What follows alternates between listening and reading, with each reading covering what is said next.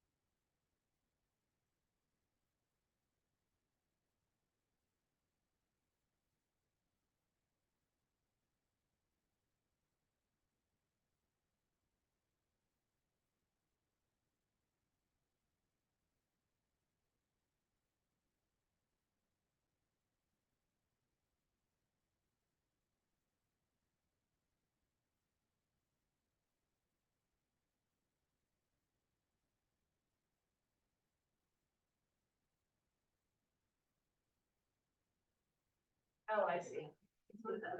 That's you. That's you. Why you want to lie down?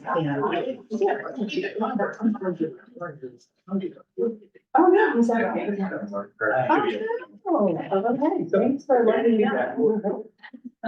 Circuit. That's weird. Okay, sorry. Next time.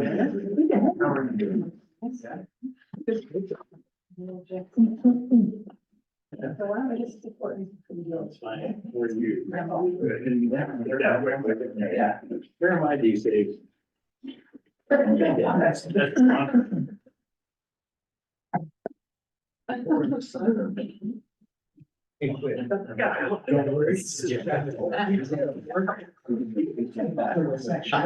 Yeah. I know, I for myself.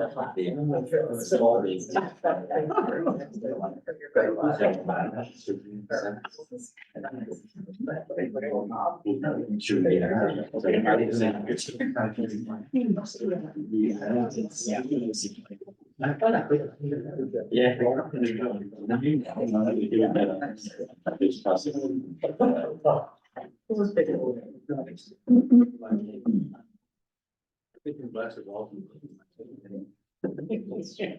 Well, I see a lot more random. I mean. That's me. I had to just give over myself and say hi. I'm good. All right. Doesn't rain until I get home. I got a new name tag. I knew you weren't for it. You know, like, yeah, like the big cells. You know, it's Ryan, you had a corny. Oh, no, it's not. Oh, yeah. Michigan last week. My last week. No, I'm sorry. yeah. Did I get moved over or not?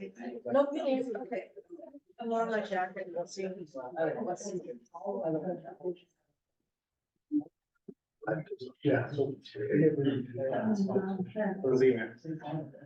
can call, but I make sure two major calendar blunders every year. Biker. I talked to Lauren. That's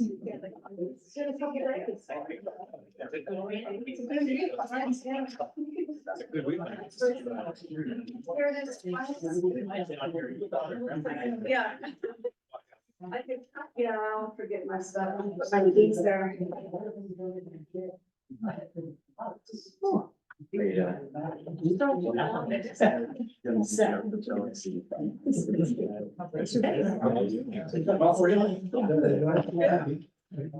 Sounds like this sounds good. Yeah. Already done it.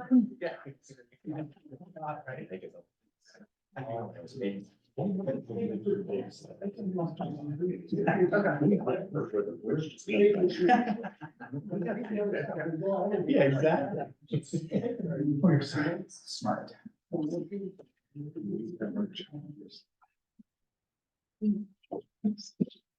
Yeah.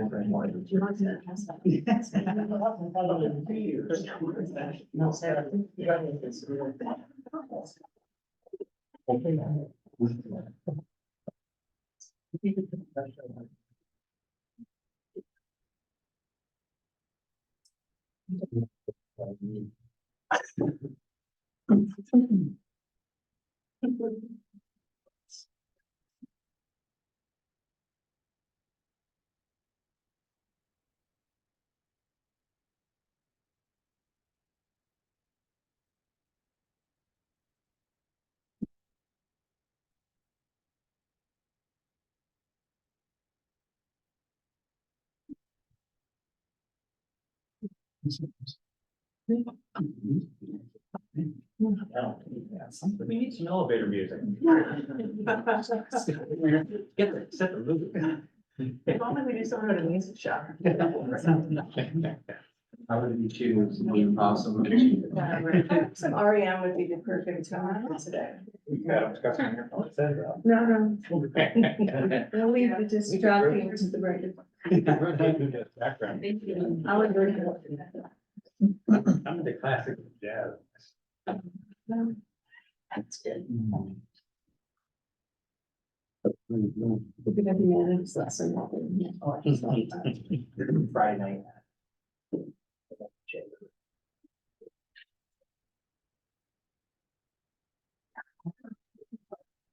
Yeah, that's probably awesome.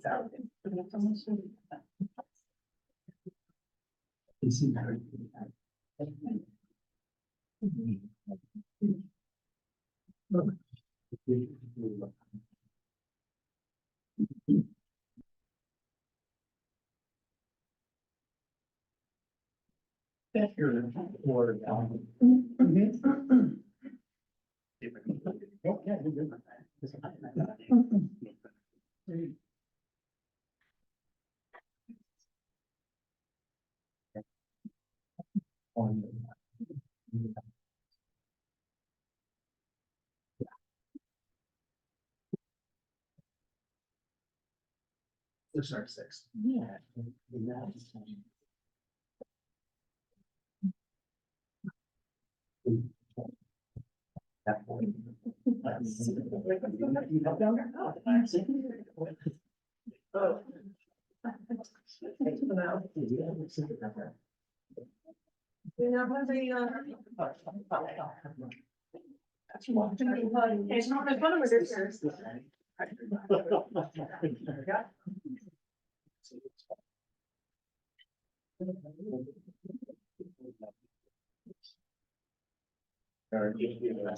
Oh.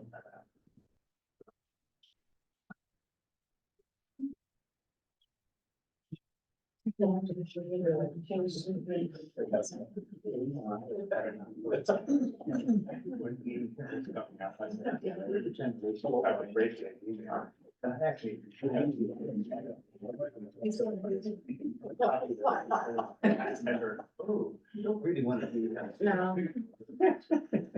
It rolled out when I was a teacher and, that was, turned out to be a bad thing. You say things to your colleagues or never say it. You know,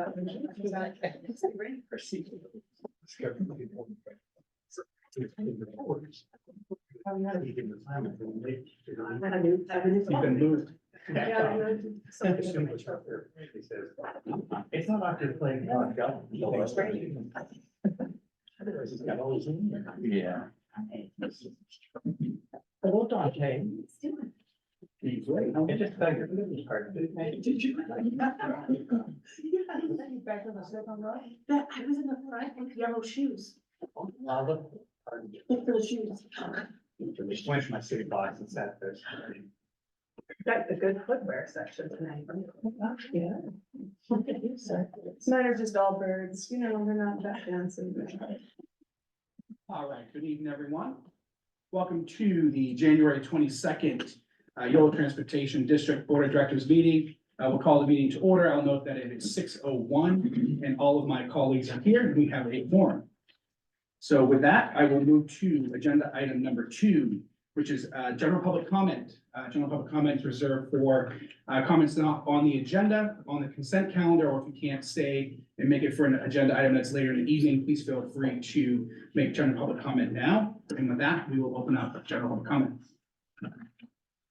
Okay, yep, in person first. Is anyone here? Welcome.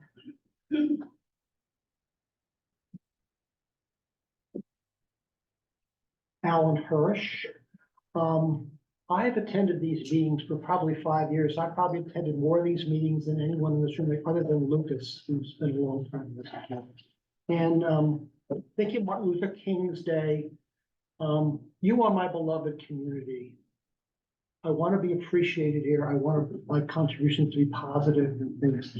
And I have a newsletter on my desk about I-80 News. You've seen this thing. I have lots of very harsh things to say about the process we're going through and the environmental impact statement.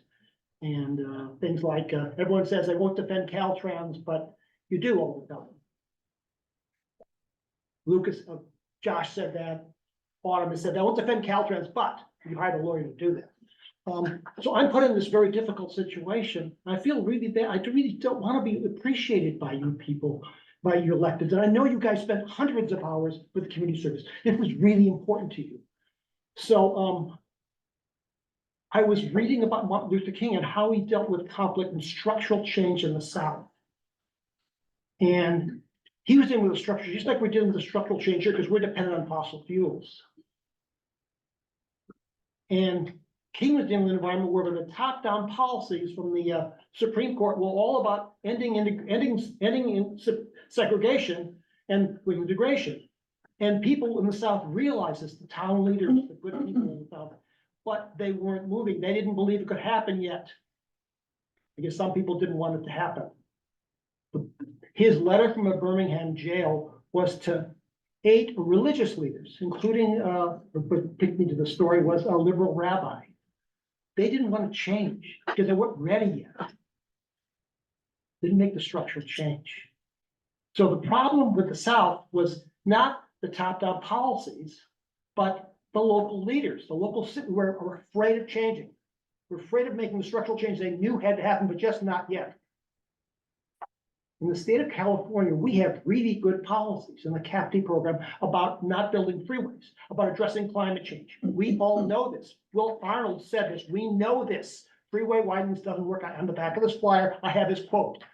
Quotes right from the CAFD. We know it's insanity to try to build freeways and build our way out of here. What did he get to change? Conflict. He ended up attacking these good people, these religious leaders in the South, because they weren't moving. That's why you got change. So I'm sad. And I have a book about it. They were really harmed.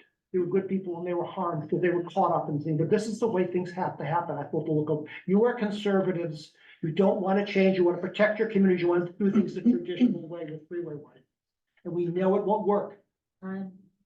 So this is the situation we're in. So understand the conflict we're coming through is what's happening, just like Martin Luther King. Thank you. Thank you, Alan. Any other members of the public hearing person who'd like to make a public comment? Right, seeing none, we'll turn to Heather for any online or report. They're not online. None, and I'll just note that we did receive a few public comment to our email, and all of the directors have received that. So at your leisure, please check those ones out. With that, we will close general public comment and we'll move to the consent calendar. Do I have any of my colleagues wish to pull anything from the consent calendar? I'm happy to move the consent calendar as submitted. Second, Mr. Chair. All right, motion by Dr. Frerick, second by Dr. Stollard. Any other comments? All in favor, say aye. Aye. Aye. Opposed? Same. All right, motion passes. With that, we'll move to agenda item number 4. Looks like we'll turn to the establishment of a regional tolling authority, the Yolo 80 Corridor Improvement Project, in Autumn and Brian. Thank you, Mr. Chair. Good evening, members of the board. We're very excited to be bringing this item before you tonight, kind of I think an important milestone for us here as a district in this project, as well as I would say for the region as a whole. The 2 actions that are part of this agenda item tonight are to approve a joint powers authority agreement with SACOG, the Sacramento Area Council of Governments, and the California Department of Transportation and Caltrans to establish the Capital Area Regional Tolling Authority, or CARTA, and also to approve a resolution consenting to CARTA submitting a toll authority application for the I-80 project. And I'm going to turn it over to Brian Abnett, who's going to walk you through the presentation. Thanks, Autumn. Appreciate it. Good evening, Chair Chapman, members of the board. I appreciate the opportunity to do briefing on this item this evening. So as Autumn mentioned, the item before you centers on the establishment of a regional highway tolling authority prompted by the Yolo 80 corridor project. Now, this project kind of picks up where you left off in December, where the board affirmed Gold Managed Lane as a preferred alternative from YoloTD's perspective, and you also saw the first draft of the JPA agreement, which establishes a tolling authority among the member agencies. So there's a long historical record of this project on the YoloTD website, and so we're not going to go into much of the project history. You want to be able to focus on queuing this project up and start queuing this item up for your conversation. Many of you will also recognize the presentation because you've been sitting in the SACOG Transportation Committee and board meetings These will look very familiar to you, but we have pared it down so that we can, focus this on the areas of relevance to yours. So with that said, we'll jump right into it. One slide, just to have a brief orientation of the project for those in the audience who may not be familiar with the project. A little bit of background, highway expansion project, an additional lane in each direction. The EIR process is nearing a close with the public comment period closing on the 1st of January. Several alternatives in the EIR were analyzed, and as I just mentioned in December, YoloTD board affirmed toll managed lanes as our project preferred alternative. Project purpose to obviously to reduce traffic congestion that occurs on the causeway, improve person throughput, supporting freight and goods movement, economy, and also improving transportation options along the corridor as well. It's a joint project between Caltrans District 3 and Yolo Transportation District. So Caltrans has their traditional responsibilities such as planning and environmental, design and construction. YoloTD has been playing the role of, a lot of the public outreach and also in tolling advanced planning as the project has moved forward. We know we've got 86 million of construction dollars committed from the federal infra grant, and there's been 11 million committed for non-construction work. Next slide, please. Yeah, and so the intent of the regional tolling authority is to be a partnership amongst different agencies in the region. And one of those partners is Sacramento Area Council of Governments, which is our regional transportation planning agency. And they have a lot of board members with different priorities and represent different constituencies. So they've been having parallel conversations that we've been having with our board here at YoloTD, but their board and their transportation committee raised some issues related to the JPA and had some clarifications that they would like to have cleared up for them, particularly with respect to the role of what Caltrans' role in the JPA would be, and also around representation, especially in Sacramento County. So, the last 2 months between December and January have been really important in terms of having those conversations at the regional level, and we've gotten to a point where the SACOG, both the SACOG Transportation Committee and their board of directors, strongly supported the staff recommendation, which is also the recommendation that we have in front of you today. Next slide. So jumping into what that governance structure would look like, this tolling authority is looking to be coined the Capital Area Regional Tolling Authority, or CARTA, and it is made up of initially 3 different member agencies: SACOG, Yolo Transportation District, and Caltrans. In the future, as additional toll managed lane projects enter into other counties, that would then trigger their opportunity to join the regional tolling authority. Next slide, please. So in this first scenario, which is one that's coming to a close right now, Caltrans would have their single voting seat. SACOG would appoint a member from anywhere in the region to serve on the board. On the JP board. And then Yolo County would have 3 representatives, 2 from which would be appointed by the Yolo Transportation District, and that's an item that's coming up next. And then the 3rd Yolo County representative would be appointed by the SACOG, and that's why you see one of those little chess pieces outlined in blue. And just to illustrate how the process works a little bit more, scenario 2, next slide, please, basically shows that, if a toll managed lane project were to enter, say, Sacramento County on I-5 or Highway 99, the JPA would grow to 8, and the same sort of appointment structure would occur. Sacramento Transportation Authority would appoint 2 members, and then SACOG would appoint a 3rd member from somewhere in Sacramento County. Next slide. And then that just repeats itself to a maximum of about 14 board members, if and when Placer County and El Dorado County, ever have toll managed lane projects that enter into their counties. Next slide. Again, jump ahead.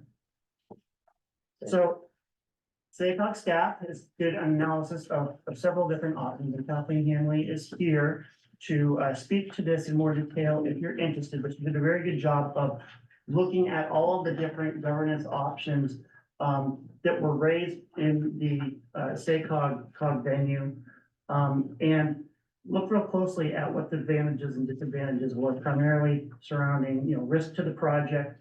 And what was of interest to SACOG board members was, risk to SACOG as an agency.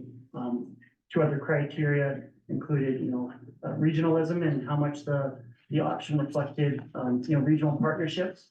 And then the last criterion being what local representation sort of looked like within each of those options. We're not going to go into those in detail, but you can see the staff recommendation is circled there in blue.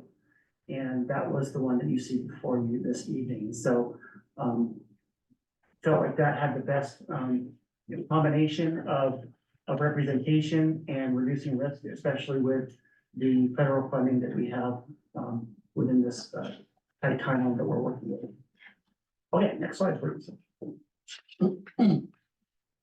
So the next step after the JPA is formed is that board will need to meet, and they are going to be responsible for two things. One is submitting a toll facility application, and then also accompanying that will be a concept of operations. And so what the toll facility application needs to do is it needs to demonstrate improved corridor performance. It's got to demonstrate strong regional support, and it has to be feasible both in terms of complying with state law and making sure that it's financially feasible and that the operations, the proposed operations of the facility are sound.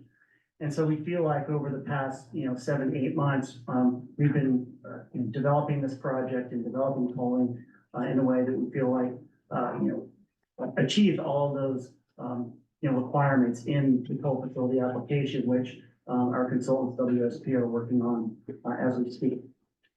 Next slide, please. The second item I mentioned was the concept of operations. We're not going to go into detail here, but there's basically 3 components: facility design and performance. That needs to be included so that they can evaluate critically whether or not what we're proposing to do can work. Roles and responsibilities between the different member agencies and also third-party agencies such as Highway Patrol, and FHWA and so forth. And then finally, reviewing the operational and technical requirements such as days and hours of operation, who might receive discounts, if any, which vehicles, if any, might receive exemptions. So all of those sort of operational,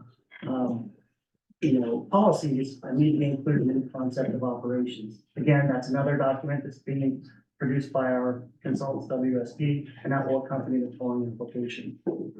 Next slide, please.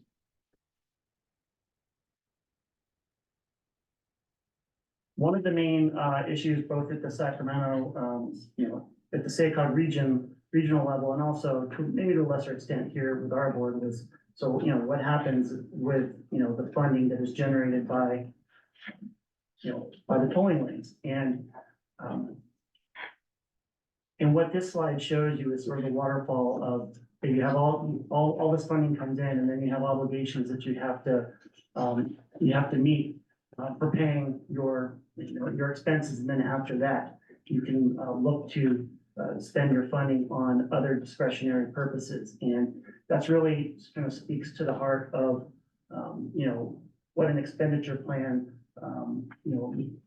would include once it's completed. But we're not expecting a whole lot of net toll revenue, particularly in the first couple of operational years.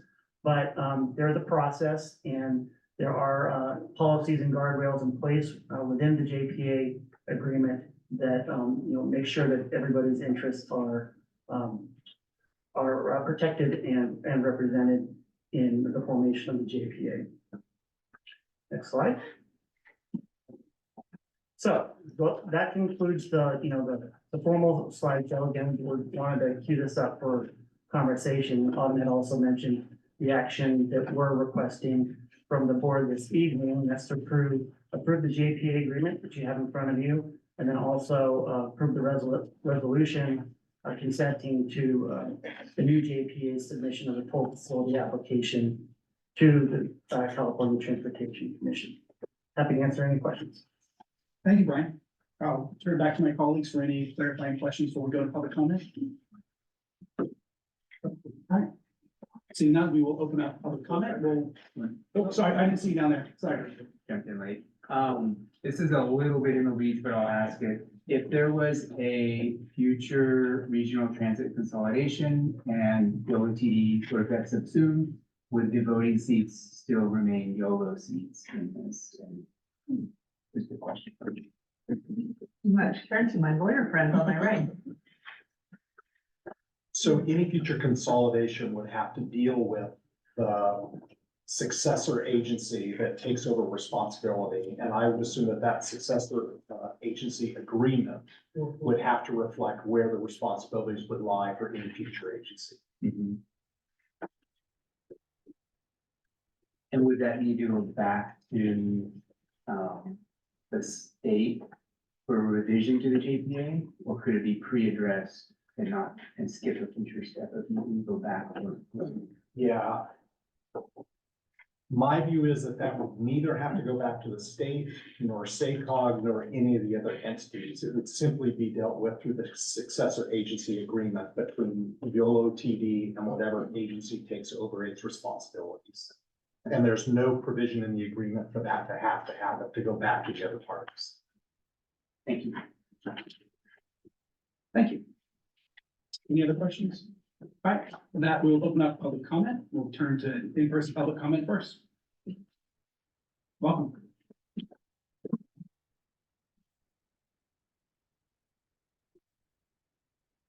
We have a crisis of democracy in the United States because of the electoral college system. We have a crisis of democracy in the United States because of the electoral college system, because we give representation based on states, not on population. So we have presidents who are, the last 4 Republican presidents have been elected by people who are not represented the majority of the votes here. The current plan grossly underrepresents the county of Sacramento, which has 60% of the population in the county, and probably the most diverse and minority population. It overrepresents the rural counties in the region, in this division, as is the SACOG board. It's not democratic. People pay tolls, not geographical counties. So the representation should represent the people who are paying the tolls. Especially if you're gonna do social justice payments out of it. And I would suggest the Yolo Causeway, probably 50–60% of the people, most of the people on the Yolo Causeway don't live in Yolo County, probably 90%. And probably a lot live in Solano County, so even when Sacramento joined, the Solano County drivers across the causeway have no representation on this board. And will they get social justice equity payments? I think we have a problem, and this recapitulates the problem that basically overrepresents the rural counties and underrepresents the rural and the urban counties and people in the region. And I think we need to deal with that thing. SACOG has that hard baked into it. Every city gets represented, even the city of Ileton, with 500 people, the dues hardly pay for the printing costs for the packets. I don't know if this, you still haven't dealt with this, and this is an easy path. And Solano County is no longer in this thing, and they are big payer of tolls. That's not equitable, and that's not socially equitable either. And it builds in more challenges to our democracy. I would urge you to reject this plan and basically base it proportionally on population and drivers on the toll. Thank you very much. Thank you, Alan. Do we have any online public comment? We do not. All right, seeing that, I will close public comment and bring it back to the dais and your colleagues for discussion. Does anybody want to kick us off? Ready to make a motion anytime.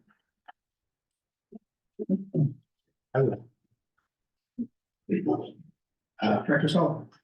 Admittedly, few representation vehicles are perfect. no one from here is on the Solano County Tolling Authority either. And as, former Mayor Christopher Cavalden said in SACOG, really, no one's lusting to be a part of a tolling authority board. It's very dry, very detailed oriented work. But I do believe that people have the ability to rise above their own provincialities. And, as we do at SACOG regularly, and we make provision, for the larger counties and their needs, just as we try to do for the rural counties as well. So I'm comfortable with this, and I respectfully, put a motion on the floor that we adopt the recommendation. I'm happy to second the motion, have a couple of quick comments. Sure.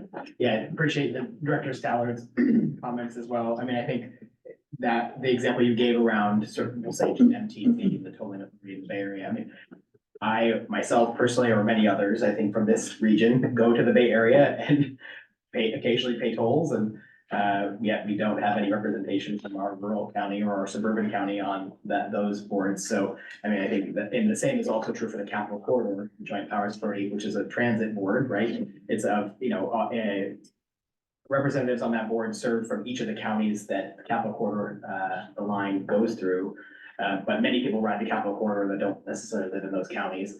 So, I mean, I think it's, again, a bit, not entirely perfect, in terms of the creation of the JPA, but, I think the likelihood is that, and I think it makes a lot of sense that the way it's been being set up initially is that, the majority of the seats on the board are from the geography in which the actual infrastructure is going to transit through. So, Sacramento County will be likely added fairly soon, I would assume, and over the course of the next couple of years. And it's obviously anticipated that other counties in the Sacramento region, including El Dorado and Placer, will likely also be added at some point in the probably not too distant future. So, I appreciate all the staff work that's been done, both here, but also at SACOG, and I really think that motion makes a lot of sense. Thank you, Lucy. Chris, Dante? I echo what my colleagues are saying, as well as even this own board, and former Mayor Qualden talked actually about this board as well in regards to evenly being represented across Yolo County, despite the fact that our sizes as well as the need for public transportation varies across all of our cities and across the county as well.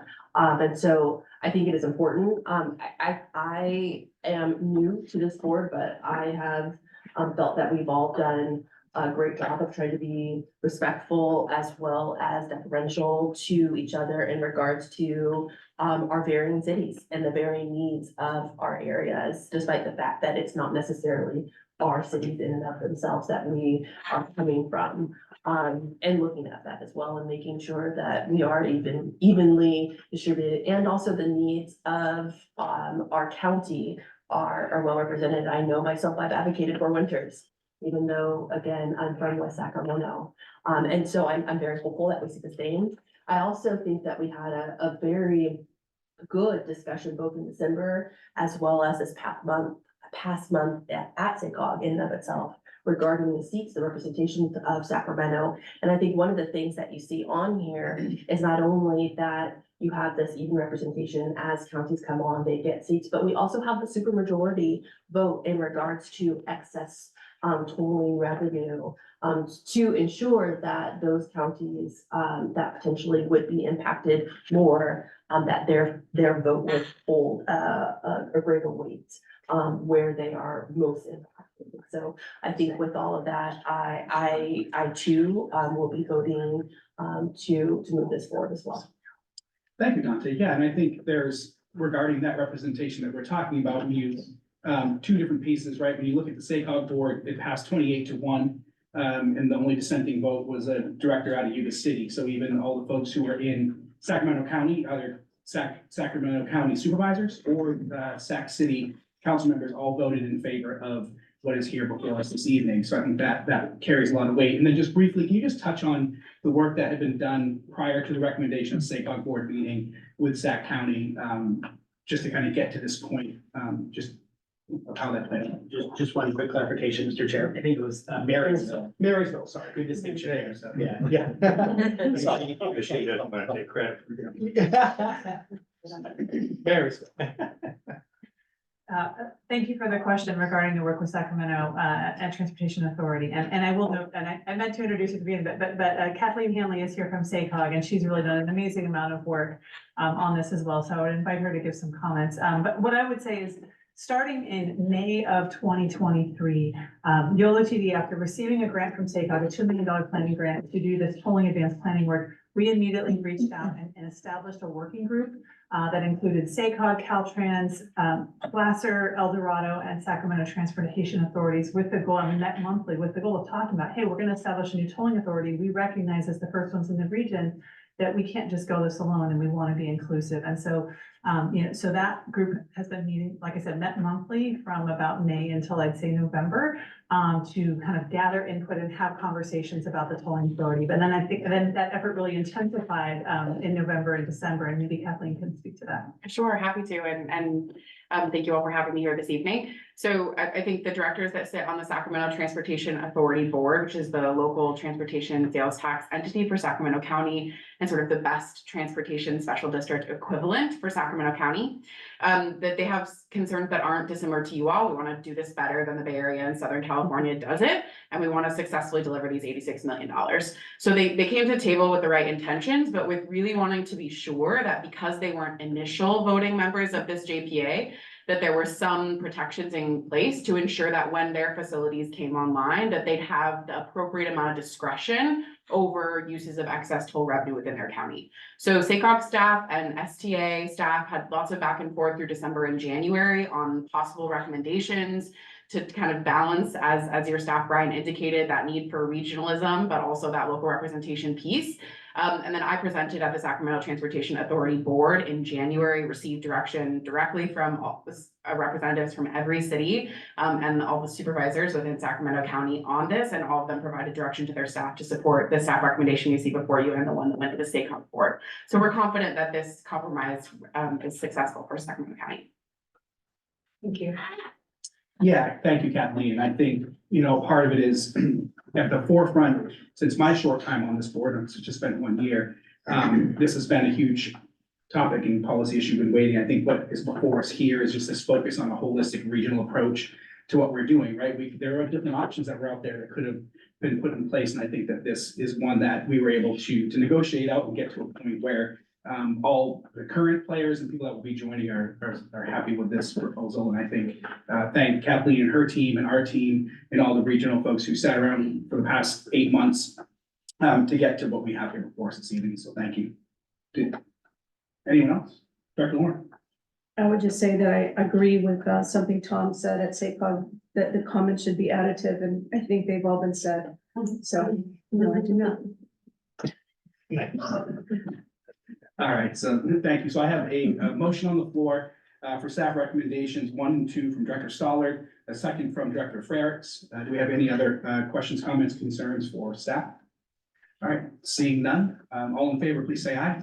Aye. Opposed, abstained. With that, the motion carries 5-0. Thank you. Yeah, and thank you to staff once again for all your hard work. Director Stollard just kicked me in case I didn't say. So I wonder if the chair might indulge me for a comment. Absolutely, anytime. So Are we being billed for this? no, happy not to. I just want to say it really has been an honor and a privilege to work with the board and to work with Autumn on this project. There is no doubt this is a very difficult and challenging project in many, many respects. But I think I do want to offer a little bit of context for the action that you're taking tonight. In 2020, SACOG adopted a regional transportation plan sustainable community strategy. And one of the foundational principles in that strategy was to adopt pricing strategies throughout the region. It is the only way that the region gets to the 19% reduction in per capita greenhouse gas emissions reductions. It's really key to Mandated by the state. Yeah, exactly. Directly from the state of California to us. As part of the Sustainable Communities and Climate Protection Act of 2008, which SACOG was a huge motivator to adopt regional greenhouse gas emissions reductions targets. And SACOG adopted a plan that really it reduced emissions by 18.51%, which was rounded to 19, really on a razor's edge of the SACOG region doing its part for the state's climate goals. And pricing was a key strategy for that. It's been 4 years now. And that's a target that comes very quickly. It comes in 2035. And the plan really contemplated that by 2030, that the region was going to be implementing aggressively pricing strategies, and not a lot has happened.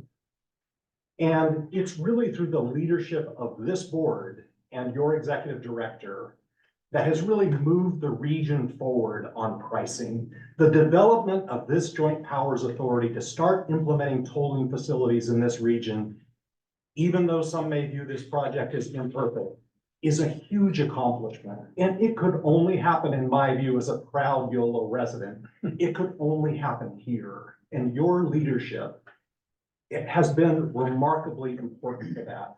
I was, as your lawyer and as a longtime Yolo County resident, I was proud to sit at the SACOG board meeting last Thursday and see our current members and hear them represent the region and Yolo County, and to see all of our past chairs stand up and speak so eloquently of the need for this project, and particularly tolling facilities and a regional authority like this to start the process of implementing them. It's an important moment. You should be very proud of the work that you're doing. Thank you. Thank you. And you're welcome to make comments like that anytime, whether you bill us or not. Thank you. Nice to meet you. All right, truly appreciate it. With that, we're gonna move to agenda item number 5, appointments of the Capital Area Regional Tolling Authority. Looks like Brian and Autumn, once again, we'll turn it over to you.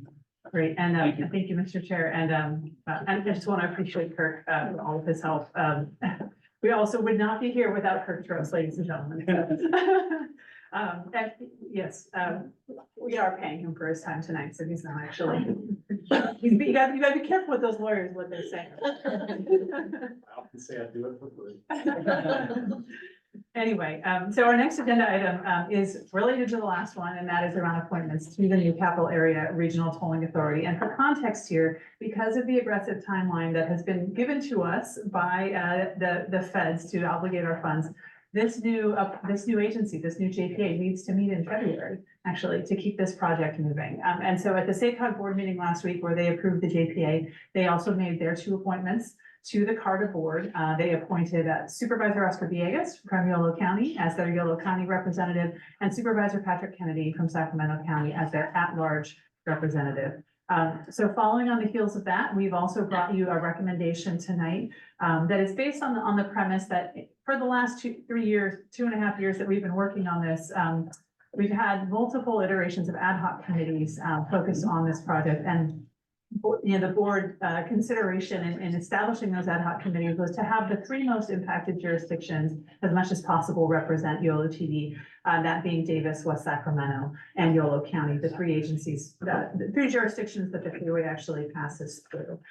So our recommendation to you tonight is twofold. First, is to appoint representatives from the city of Davis and the city of West Sacramento to the CARTA board, again, recognizing that SACOG has already appointed someone from Yolo County to serve on that board.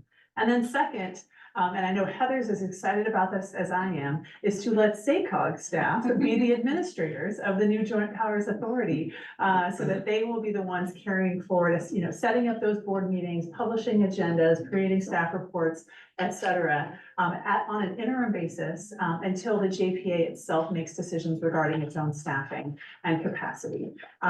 So those are the 2 actions that are before you with this item tonight, and look forward to your discussion. Thank you, Autumn.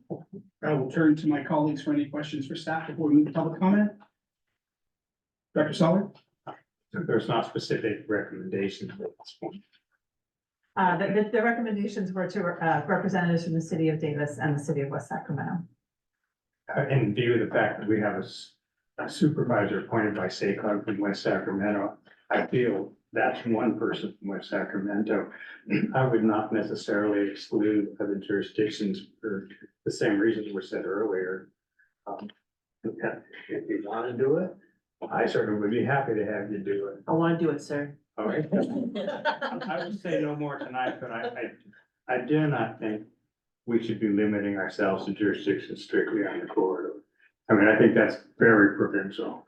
I don't think we should be limiting representatives on the Capital Corridor Joint Powers Authority training deal to just people on the corridor. I'm a user of the train myself, as are many people in my city. So I just feel that's taking it down to too refined a level. That's my comment. Thank you. Thank you, Director Stoller. With that, I will open up public comment. Do we have anyone in the room for public comment? Welcome. I'm quite concerned that the I-80 mitigation plan, 57 million miles, which will cost, according to slides 15 through 18 of last meeting, will cost $50 million a year to implement. This tolling authority chosen alternative 4 on slide 20 last meeting will only raise $9.6 million. We have a $40 million shortfall in the mitigation plan. That's 20%, we're only paying for 20% of the mitigation plan. And the mitigation plan is for 57 million miles. We have 180 million miles induced demand. So the mitigation plan is only 30% of the $180 million. So we're only paying for 20% of the 30%. In other words, the mitigation, we only fund from the toll lane 6% of the mitigation of the entire thing. And we're supposed to reduce the greenhouse gases, and just to fund it fully is a break even. The idea of holding out these tolls to improve transit is a false promise. It's a Faustian bargain. We're building the toll lane to raise a little revenue, to put 6% of the mitigation, and we're increasing transport, BMT and greenhouse gases. This is a Faustian bargain. It's a false Faustian bargain that you are making. You are committing my children and my grandchildren who live in Yolo County to paying the $40 million shortfall for just the 30%. Actually, it's the full cost is probably like $150 million a year to mitigate the greenhouse gases from this wider freeway. You are signing us up, the county up, for hundreds of millions of dollars to shortfall just to break even on the greenhouse gases to the freeway. So the promises that this will fund transit is false, because the transit will just basically won't even cover the cost of the greenhouse gases we're creating by the additional driving.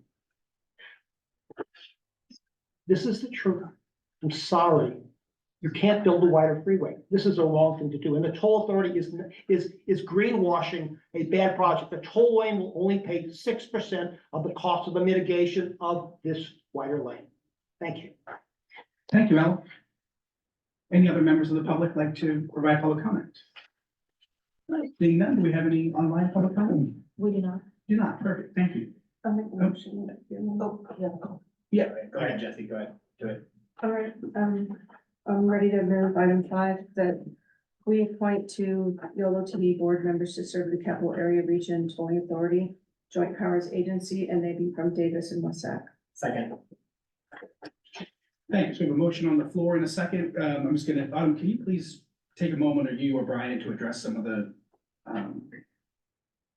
issues brought up in public comment, please?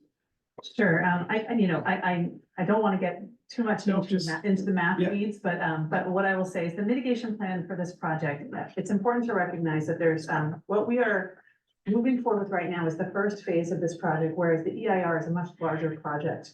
The mitigation plan is for the much larger project. So not all of the mitigation that is included in the EIR is going to be implemented from day. Furthermore, there's I think in the final EIR, you will see some changes with regard to some of the, financial information. I know that a number of the agencies that are involved in the mitigation plan are there's some correction and clarification around some of the costs.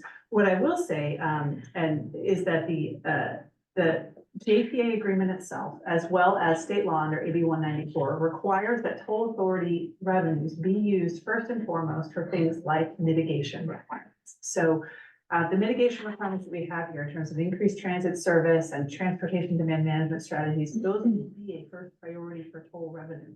So, you know, we're going back to the full question about net excess toll revenue. The first thing that's going to make sure we get done is that all the mitigation requirements are met. And that is going to be part of the responsibility of the JPA. In terms of creating a deficit that then needs to be filled, I do not see that. When I look at the EIR, I see that there's a commitment to long-term funding the mitigation measures to make sure that we're reducing BMT as much as possible. I don't know if Brian wants to add anything. On one point, so there's two funding mechanisms for the VMT mitigation plan. There's, the first is the upfront one-time funding for capital projects. So those will be used to sort of seed fund the mitigation plan for this first phase of the project. And then once that seed funding is exhausted, then that's when the tolling would is assumed to kick in to help continue funding the programs in the VMT mitigation plan. Okay, thank you. Do I have any further clarifying questions from colleagues? I just wanted to, go back to, Director Solid's, question. Just on these seats will at least initially start with West Sacramento and Davis.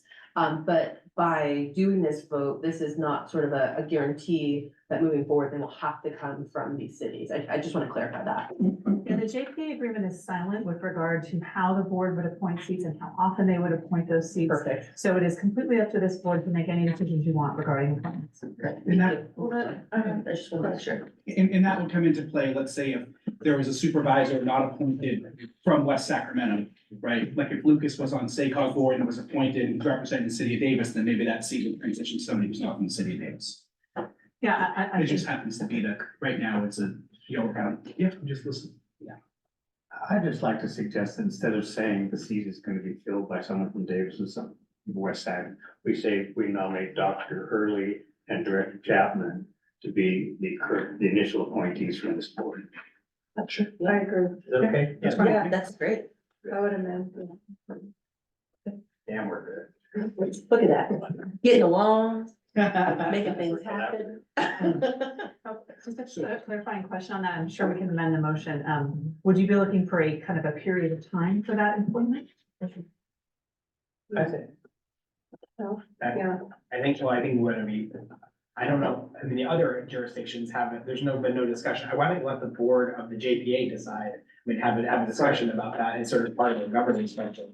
That would be my suggestion. I mean, you know, other agencies such as Caltrans and SACOG that are gonna have, you know, they might like to also weigh in on sort of the discussion around appointments and or sort of terms and things of that nature. Governance and bylaws. So that's, I mean, really what we're talking about. You want to weigh in on this?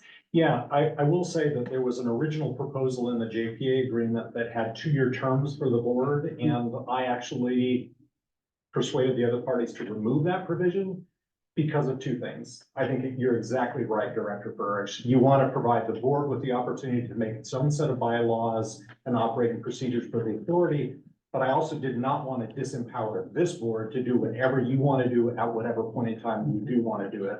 And so whatever that board does, it would be subject to and subordinate to your own discretion to make appointments and remove appointments whenever you want to do it, which should be the guiding principle, I think, for you. In our individual jurisdictions, we have lots of these collateral duties, and annually, we pretty much re-adopt it. And if they want to make changes, they discuss it. So I would say going forward, let's think about that as a way to deal with this. Okay, so we have a motion by Director Warren, second by Director Ferris, and then do you want the friendly amendment to you, Director Stoller? Yes, that's included in the motion. Okay. Yep, and the motion second are okay with that? Absolutely. All right. Could we just restate the motion? Sure. Staff recommends the board appoint, Dr. Early and Director Chapman to the, Carter board. No terms. No. Without Yeah. a statement of terms. Got it. Thank you. That sound good, Heather? All right, thank you. All right, all in favor, please say aye. Aye. Opposed? Abstained? All right, seeing none, that motion carries 5-0. Thank you, colleagues, for, yeah, thank you for your work on that. I appreciate that. Appreciate you. All right, with that, we are going to move to agenda item number 6, short-range transit plan request proposals, and we're gonna get a little staff switch up and welcome Courtney. All Welcome. right. Go Aggies. Either one. Advertising for the custody. Uh-huh. I don't think we heard. You better call it Courtney. Like we didn't notice. Dominic. She's got some.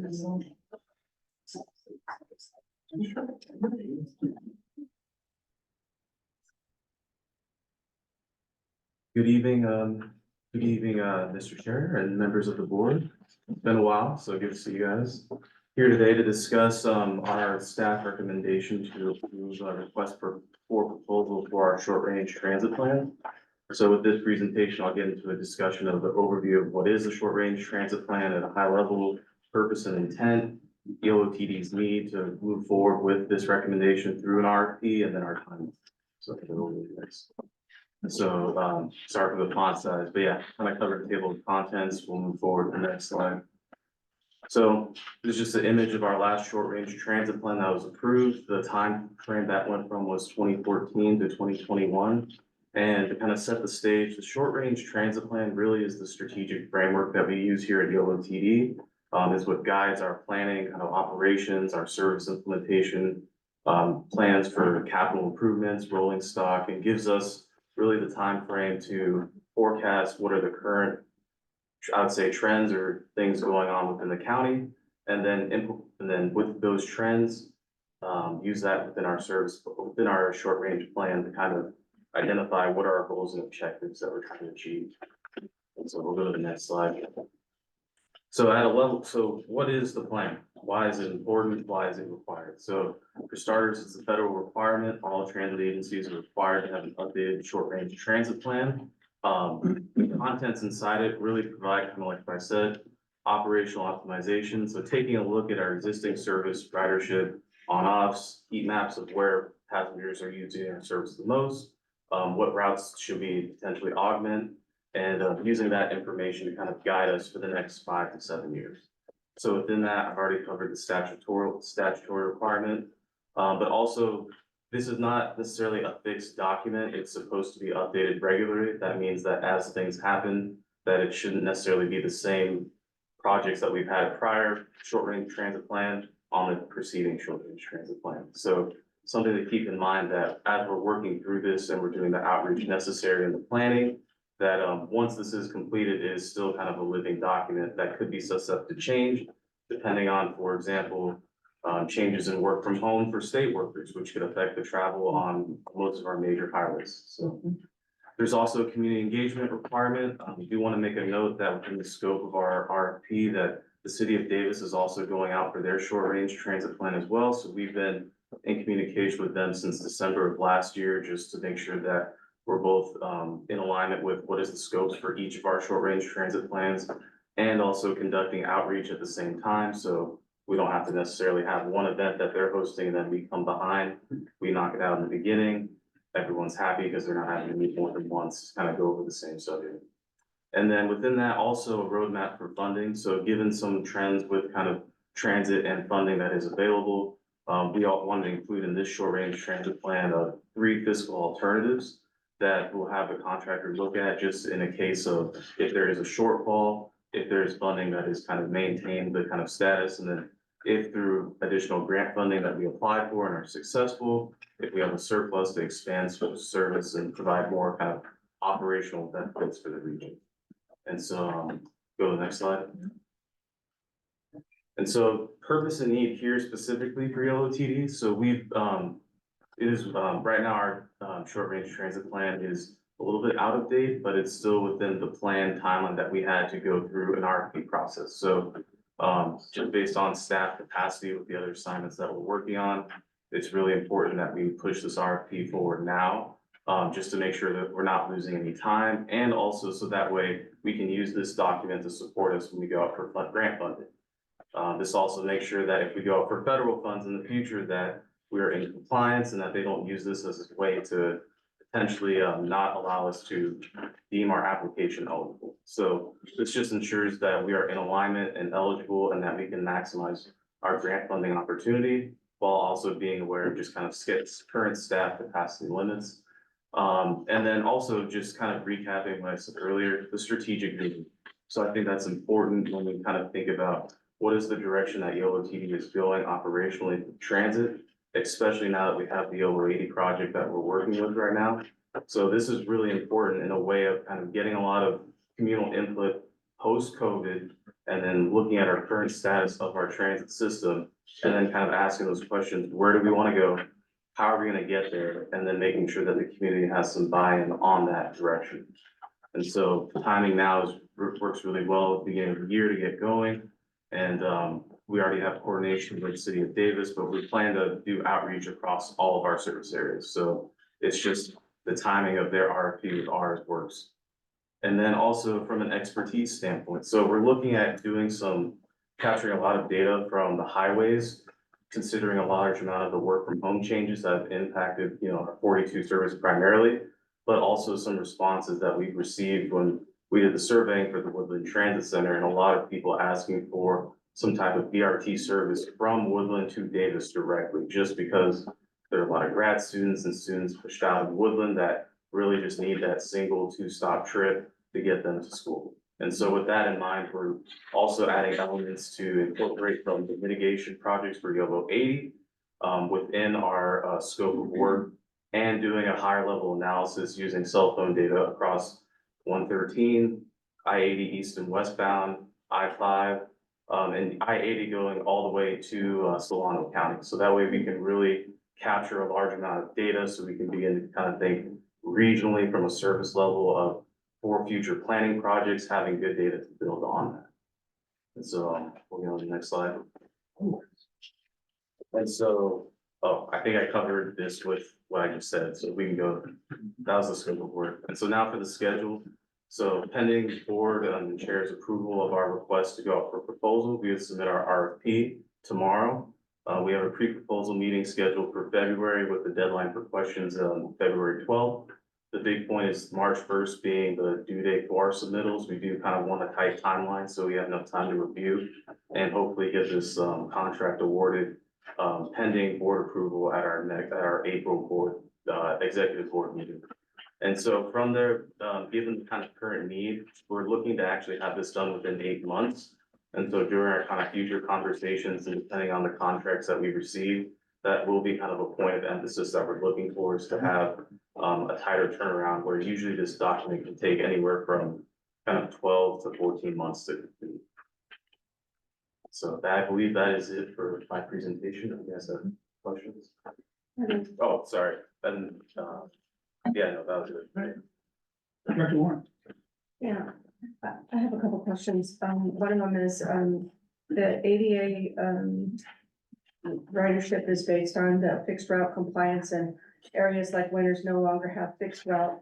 And, so it's a little bit ambiguous about, how those riders are served, and their hours are seriously reduced. Will you be asking questions about how that impacts communities like Winters? So we actually, I forgot to mention this, in our scope of work, we're having a full analysis of our ADA paratransit and microtransit service.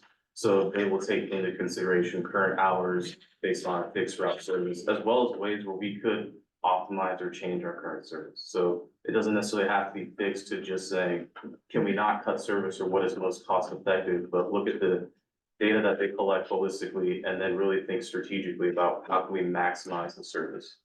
I hope that answers your question. I think it does. And then the other one is that there's a lot of building, slated to happen in Winters. There's a lot of building along 128. And, one of the planning meetings will happen tomorrow night, at City Hall at 6:30. It would be great if transportation was part of the planning instead of an after effect. If I may, I want to give a shout out to Courtney. Actually, some of our, two of our interns are here tonight that recently did an analysis of all the land use and housing plans that are proposed in the county and how those may impact our future service needs. And it's a great project. I'm just curious, I mean, maybe it's a question to Courtney based on what you just mentioned about how that data will be incorporated into this effort. Yeah, no, that's a good point. So for all the reports that we've done in-house and collectively already completed will be reviewed by the selected consultant as a way of a starting point for the foundation of where do we go from here, meaning what do we currently have with our data information. So that's an internal report. Thank you, Autumn, for mentioning that. The interns did do great work. Just want to put that on record. And it will be included in the analysis for the short range transfer. So they will be able to analyze for the next 10 years, because that's what the report basically has a scope of. What are all the housing developments and the rate of affordability within Yolo County? I was remiss in not saying Happy New Year, and really good to see you, Courtney, in my, without an introduction, but really good to see you. Happy New Year. She got it in though. Yeah, I got it in. But it's the building in Winters is new to Winters in that it's not just housing, it's all mixed use. And so nobody on council has ever even been part of a conversation of this kind of bill before. So it's new to us, so we are hoping that transportation is part of it. Thank you. Director Sauer. Director Lauren, perhaps has already got into this, but I'm kind of wondering, as a representative of my jurisdiction, what should my jurisdiction be doing to input into this process? Is there a staff-to-staff liaison going on between the jurisdictions and our district? Yeah, so for the community engagement outreach, that will be led by the consultant, but under the supervision of YoloTD staff. So what we plan to do is we'll reach out to kind of the ambassadors of each region and city that we already have pre-identified. With those relationships, letting them know the short range transit plan, kind of our outreach process is beginning. Here's the scope of work. Here's what we're looking to accomplish. Here's how we're looking to kind of how you can reach out to members in your region.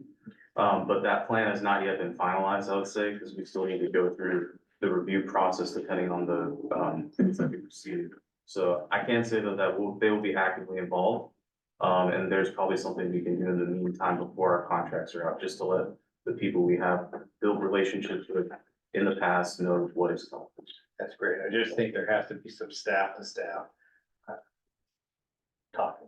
Yeah, and just to add one more point is that our internal YoloTD technical advisory committee is comprised of staff members from all of the member agencies. This will be an item on our agenda next week because they meet next Monday. So we'll be introducing this project to them. We're at the ground level. As Courtney mentioned, there's a process between now and when we actually bring back an agreement for your approval, to bring on those consultants where the scope of work will be more fully developed and we'll be able to perhaps answer more specifically some of these questions because we'll have the scope of work for the consultant more fully fleshed out. Thank you. Thank you, Brian. Sure. I do that, I can go to. Director Burks. Just a quick item, I mean, it's somewhat similar to, Director Stallard, but just that it's, I mean, it's sure staff to staff conversations are great and that's very important. And I'm not sure if the board of this agency qualifies as ambassadors or not. Nice, title, I guess. But I mean, I hope that this board is consulted when we start, in that process of, sort of determining sort of public outreach, right? Because I think for me personally, like, I'm absolutely sure that there's a lot of collaboration going on between the city of Davis and this agency that's already been mentioned in the staff report, and there'll be opportunities for, lots of engagement, and that would be natural on, sort of, on its own. I'm obviously also concerned though about, areas of the county that, especially more rural, I mean, all the communities in the county, but certainly the more rural parts of the county that might not necessarily just receive a public workshop or whatever. So I want to just see if we can have an opportunity for us to just sort of see some sort of schedule or, we picked sort of as a example, 5 different locales for these public workshops and, what does the board think about it, that kind of thing. I just hope there's that opportunity. So I just wanted to raise that. Thank you. Yeah, I would expect that, we can structure this agreement with the consulting team to sort of defer, trying to precisely engineer a public outreach process when we bring the agreement, and we can make part of their, their scope of work to develop that plan within the process, before we really start doing a lot of public outreach, at which point we can have a check-in with the board and we can really discuss in more detail what those, what that outreach should look like. We're discovering with the Yahtzee project, and Brenda's project manager, is here discovering that, we're just finding new ways to reach out to, underrepresented, communities. And, I'm really excited to see how that, will play out with that project. So we're learning a lot in terms of reaching hard to reach communities. And just to, circle back around, we don't necessarily have to predefine what that outreach process looks like. When we bring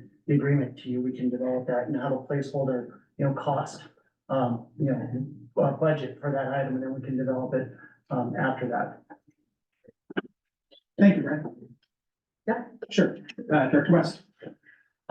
So just a couple of questions. I just wanted to confirm, I was asking my colleague over here, is the funding for this 200,000 or 400,000? Just making sure. It's 400,000. It is four, okay, that's just good to know. And again, because I'm new to this and unsure of how we normally do our RFPs, how do we ensure diversity of applicants or those who are having access to this? How do we get out, I guess, the word to make sure that folks maybe even that we normally don't work with would have an ability to apply and even hear about this? Yeah, no, that's a good question. So we can, we'll work with our marketing communications team, and then we'll have an announcement, and we have already a built-in repository of different groups that we've worked with that we can reach out to as well. So I will tell you that makes me nervous when we say, we're gonna go to the same people we normally go to. I know it's not what you intended, but that's how it sounded. I will say that, under federal law, there is a requirement that we have what's called a DBE, plan. I agree. That establishes essentially targets for us for ensuring that we're actually contracting with disadvantaged business enterprises. And so, that we have, because of our size, we are smaller. Certain agencies have certain dollar amounts associated. Because of our size, we don't have dollar amount targets, but we do have to have an updated plan, which we update every 2 years, I want to say, that outlines how we're going about doing that. And so it is something that we're aware of in our procurements. We have had some staff turnover, as you know, and so I think we're kind of rebuilding that knowledge base right now. But literally, Chaz Pedrigo and I, our Director of Finance, we're just talking about our DBE plan today. So it is something that we're aware of. I think we need to continue to get better and to revisit our strategies. But I just want you to know that it's not something, it's an afterthought for us. I was just looking too to confirm that the DBE requirements are also in the sample contract. You have the RFP, and so it's not just the YTD is required to do that, but also your contractor and their subcontractors. They need to put that in there. So that's a part of the federal program as well. So part of then how we will be deciding or choosing will also, there'll be a section of, I would hope, in the RFP, how they respond to that part. And then based on that, we'll be scoring them as part of how we decide who we would contract with. Brian, do you want to talk a little bit how you guys did this with Yahtzee? I can remember. Yeah, I think, Yahtzee was federally funded, and we did establish a DBE goal, and there's a worksheet and a formula that you use to establish that. And then when the consultants, propose for your project, then they have to demonstrate, how they comply with that DBE. In that case, that was a request for qualifications, and in this case, it's a request for proposals. So they'll have to, their team they have to have their team assembled and be able to define a scope of work that meets that percentage of work to meet that DBE goal. So they have to have eligible DBE sub-consultants if they're not a DBE themselves. And then they have to have enough scope of work set aside for them to do as a percentage of the project's budget.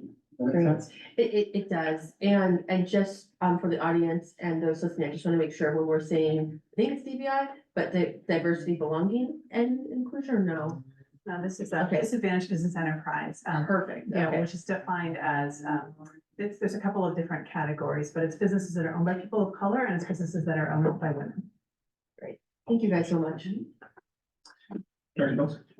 Yeah, just a couple of quick questions about the short-range transit plan. The Causeway Connection is the kind of unique service that's from UC Davis to the medical center. And just wondering, I think that's in the request for proposals to have that as part of the analysis. I'm wondering, does the timing of the SRTP match up with the next funding cycle for Causeway Connection? And is that going to align with the board getting to see the big picture of how all services are being treated? So that's the question, and then there's some back and forth. Yeah. I'll try to take a stab at that. So there's actually several converging planning efforts that are occurring at the moment. There is our short-range transit plan, there's the city of Davis's short-range transit plan, and then there's the campus's sustainable campus transportation plan. And so recognizing that there's, overlapping planning and overlapping interest, that there's a lot of coordination that's occurring. We're having essentially monthly meetings just to make sure that we're all sort of plugged into what each other is doing. We're not duplicating efforts. And, those meetings just started, but, it's been a good start and we're having good conversations about, how to make sure that we're, we're meeting the needs of all of our different planning efforts. I don't know if that answers your question though, because. I would just add that we currently have funding to operate our current Causeway Connection service through May of 2025. So we have about 16 months left. And at that point, we run out of funding for that. Those conversations about the future of the Causeway Connection between us, UC Davis and SAC-RT are happening. In fact, we have another one this week, I want to say. I know that Ramon Zavala at the university is looking at what the university can continue to fund. We're looking at other options. Some of the SB 125 funding, some of the transit bailout funding, right, that the legislature passed as part of the budget this year. We had a conversation about that, whether or not the Causeway Connection can be eligible for some of that funding. As well as even potentially, we've been talking with Solano Transportation Authority about some funding that they have. They've had to cut service of their blue line, which travels between Solano County, Davis and Sacramento. They've had to cut that service, not because they don't have money, but because they don't have drivers. And their operation is actually based out of Vallejo, so it's very expensive for them to bring their service all the way. So we're actually in conversation with them as well about whether or not some of those resources could go into the Causeway Connection and potentially look at expanding it westward. So anyway, a lot of conversations are happening. As far as how that exactly syncs up with the work that Courtney is doing, as well as some of these other planning efforts, I think TBD, but the aggressive timeline that Courtney does have for getting this completed, certainly getting some of the existing conditions analysis and some of the ridership and travel information, I think will be very helpful to inform those conversations, particularly because, as Courtney mentioned, they are planning to look at Solano County and the broader regional perspective as part of that SRT. That's great. Thank you. Director Stoller? Thank you, Mr. Chair. I'm enjoying this conversation. Brian, I especially appreciate the fact that you're coordinating with your colleagues. There's no virtue in reinventing the wheel. Having a common database, and we're sharing even the same slides and things, to me makes a lot of sense. And I hope that effort will continue. I think what our board is saying, among other things, is we want to make sure there's maximum fairness in this, that each jurisdiction is given due consideration, that our rural communities are given due consideration. But as always, our appetites are much bigger than our budgets. When we do metropolitan transportation plan, sustainability, community, whatever. Strategies. Exactly. When we do this stuff, we've got a constraint. We can't propose anything that we can't show a funding source for over the horizon, the planning horizon. Is this short-term plan also financially constrained? Yes, so there are three financial proposals that we have in our short-range transit plan that we're having the contractor essentially analyze to determine if there is a fiscal situation, how will we continue to operate service over said period of 5 to 7 years, status quo, and if we have additional funding opportunities that allow us to expand service. So we are looking into that for this scope for the short-range transit plan, and seeing how that would affect transit for all of the jurisdictions we provide service. Well, I'm glad to hear that. And I mean, there'll have to be some tough calls made eventually. I look forward to the staff recommendation and colleagues will obviously give great consideration to it as well as adding our own thoughts. Thank you, Mr. Chair. Director Stoll. Do we have any further questions for our staff? All right, seeing none, I'll entertain a motion. Public comment. Oh, I'm sorry, public comment. Sorry, Alan. I'll open up public comment. Welcome. Thank you. Usually it's best practice to take public comment before this discussion. This is a wonderful plan. I am amazed by the scope of it. I mean, it's exactly right. I'm anxious to do this thing. I think the timing is good with the mitigation funding kicking in and that sort of thing happening. So it's appropriate. And one of the most important things about these plans is accountability, some mileposts to see how we're doing on the plan. So this is put on the shelf after 10 years.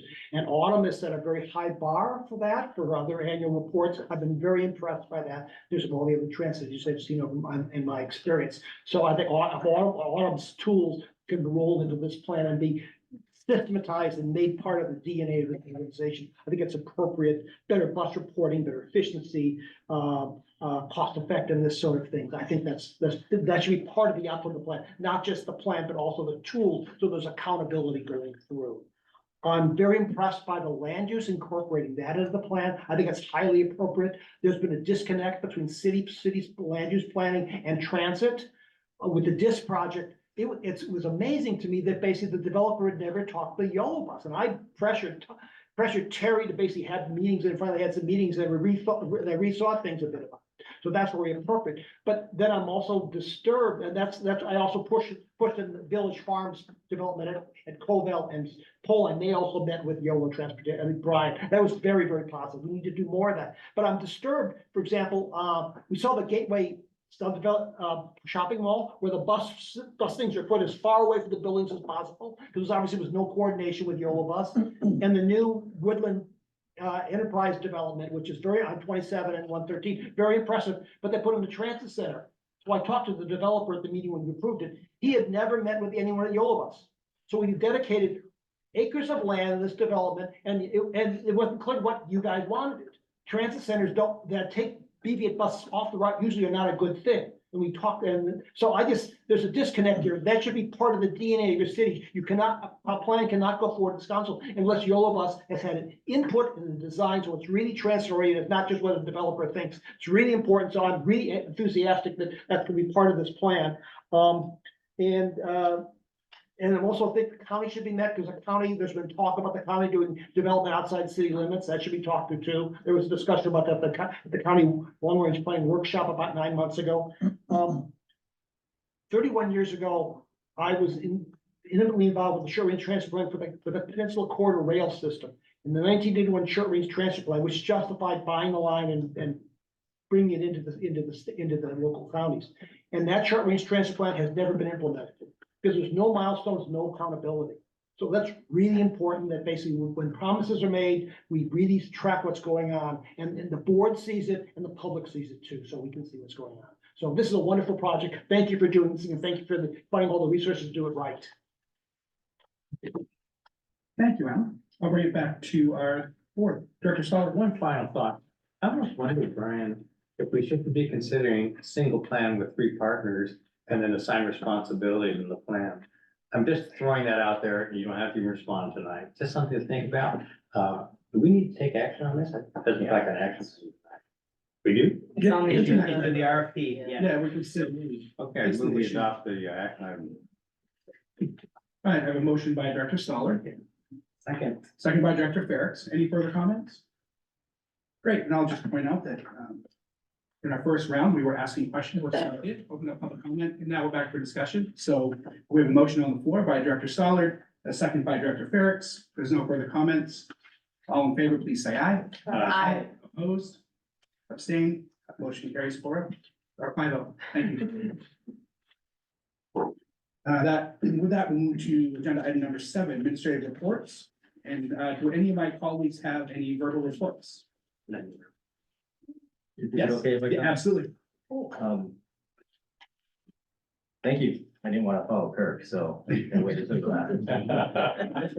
That's great. Anyways, I thank you for all your actions tonight on this agenda as a transportation professional. Very impressed and proud to sit up here with all of you. Specifically at items 4 and 5, I appreciate everybody's support, especially with the SACOG at the board meeting and the transportation committee. SACOG staff, Kathleen, short timer over there too, and they put you right into the fire. And I was gonna say YTD staff, but it's really Autumn and Brian. That's who's been working with them. I got a team behind me, so I guess I got the easiest job. But I thank all of you. This is something new for Caltrans. We struggle with it too, but just appreciate all your work. And I also appreciate the Caltrans staff that were joking there behind me, but they really, did the heavy lifting as well for us. I do have an announcement, and I'm sorry, I'm going over 30 seconds. Oh, no. Caltrans has announced a more permanent actor District 3 director. A gentleman by the name of Sergio Aceves. He is from headquarters. Right now, he is the acting deputy director for maintenance operations and traffic operations. So Dave is Dave Moore, who some of you have met, is the interim, kind of the temporary stopgap in between Amarjeet and Sergio. He will be transitioning out. We don't have a start date yet for Sergio, so you'll see some of Dave, maybe some of Sergio, because they've got to have an actor for Sergio. But he'll eventually come here to introduce himself properly. He's interim also, Sergio. He's considered an actor. That's how we do things. We have an actor that, specific, not really a specific time period. It could be quick, it could be long. That's just kind of how the Caltrans went. But yeah, I'm happy to be here with all you tonight. And like I said, I'm very impressed with the actions you took on this agenda. Thank you, Greg. All right, not seeing any other board member reports, we will move to Transdev. Thank you, Mr. Chair. Thank you. Support. Well, coming into this new year is much better than last year. It's nice to say that we're in staffing levels, just about the same as we were pre-COVID. We're actually a little bit better than we were pre-COVID. Wow, that's. So we're into where we're more proactive on hiring efforts, smaller classes, spending different time with them. So we're in a good spot now. Hopefully it stays that way. We're gonna still continue hiring. There's a number that I want to have above. I want to add additional extra board, which is for emergencies. And when it calls out, we have them in place now, but I think we need a few more just to make sure that everything runs as smooth as possible. So, Excellent. Thank you. thank you. That's good news. Yes. Fine. Okay, closing it out. This week, we've got a meeting with Vine Transit, which is Napa, and Soul Trans, which is Solano, to discuss a potential mutual aid agreement for emergencies. We are responsible for evacuations for emergencies here in Yolo County for people who do not have a car. Napa and Solano, the border that we share with them, is one of the most fire-prone places in Northern California. And so there is a mutual aid agreement that covers Bay Area counties, but we are not part of any mutual aid agreements. We've got a meeting this week to talk about that and looking forward to that exploration. And if there's any there, then we'll be coming back to you with further discussion on that. We had to postpone last week's planned meeting of the ad hoc committee on compensation. We're working on getting that rescheduled. The ad hoc committee, and just to remind everyone, because it's been a while, will consider the results of the recent salary survey that we conducted, as well as corresponding changes to our personnel policy to look at how we place both new and existing staff members in those salary ranges. Along with possible changes to our COLA policy, cost of living policy, based on concerns that arose during last year's budget development. So all of those things are on the agenda for the ad hoc committee, and we will be bringing that to you once the ad hoc committee has had a chance to vet it and is comfortable bringing it to the board. We are currently recruiting applicants for our Citizens Advisory Committee. So just a reminder, all of the new seats that you approved, several at-large seats that are open to any residents of Yolo County. More information is available on our website. We have had a few applications that have trickled in, but of course we want to get more. So just want to remind you all and then members of the audience to please take a look for that. And if you know anyone that you think would be good, send them our way. We don't have a long-range calendar tonight. We'll get that back on track next month. But a couple items that are going to be coming to you in February and March. First is a 3-month report on our new Beeline service. So that'll be exciting. And so we'll have that report for you at our February board meeting. We're also hoping to bring the recommendation for the Woodland Transit Center new location to you either in February or the March meeting. Changes to our ADA policy, as Courtney mentioned, we'll be bringing that back. We had a preliminary discussion several months ago. We'll be bringing that back to you. And then our second quarter financial report and our audit results for fiscal year 22-23. We're wrapping up the audit, as well as starting the conversation about updating our work plan and our budget for fiscal year 24-25. So all that's going to be coming down the pike in the next couple of months. And we might even have a meeting where we don't talk about Yolo. Possibly. Yeah, a lot going on. Thank you. Do any of my colleagues have any questions?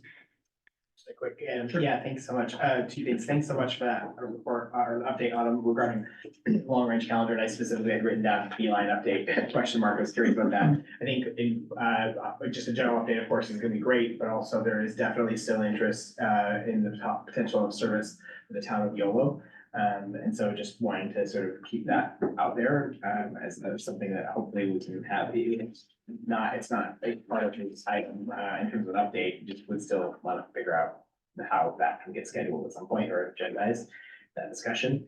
And then I just have a question for you with regard to the mutual aid item, which is I guess it wasn't maybe for evacuation, but a number of years ago, we certainly had mutual aid sort of agreements with RT. Not just on the sort of Cosmic Connection, but there were a number of things, and we had the sort of the Fix 50 projects, and there were, I'm just, anyway, are you aware of those, or are you? I'm not, Okay. but thank you for flagging. that. I'm pretty sure there, and it was. Matt, do you recall? I recall one that was an agreement for fueling services. Yeah, There one entity, then Unitrans would back up and provide fueling for YT. Yeah, I think that as well too, and when unit trend, but there's definitely one with Sacramento Regional Transit, so I don't, anyway, just probably worth taking a look for that, so. Thanks. Any other questions? Director Saul? I'm so happy too, the fact that Yolo Bus is involved in evacuations as necessary. Woodland has an economic study that shows in a major flood event, we would experience about $650 million in damages. And would displace at least 4,000 of our residents. So I'm glad to know that Yolo Transit is here to be a part of the solution to those problems. Thank you, should they occur. Thank you, Director Stoller. Any other questions for staff? All right. Public comment on this one? Yeah. Do we do public comment on director updates? All agenda items. Oh, yeah. Sure. We'll open up public comment to anyone in the room. Welcome. This evening, 2 ad hoc committees were mentioned. I believe both are in violation of the Open Meeting Act. Your core value is transparency. You cannot have an ad hoc committee on a subject of continuing jurisdiction. I believe, I do not know, but your action on the toll authority may be in question because it was based on the tolling act. This is not good form. This is not the way to run a government agency would build trust. Thank you. Thank you. And do we have any, anyone online or other comments on? We do not. Would you like to address those concerns, Kimberly, once again? Sure, so Thanks. I think Mr. Trost was here at the last meeting, we talked about the tolling advisory committee, and I know he spoke with Mr. Hirsch, I know he does not like the answer, but it's been our determination that that was an appropriate ad hoc. I believe it's actually been now completed now that the Joint Powers Authority agreement is done, and so that ad hoc is complete. The ad hoc that's for the compensation is short term, it was simply to, while the compensation study was completed, to help provide input. It's just taken some time for that compensation study, and so that is the reason that it is in place, and I believe they comply with Brown Act ad hoc. Thank you. We trust and know that we are in good hands with people who have law degrees, so thank you. And with that, we are adjourned.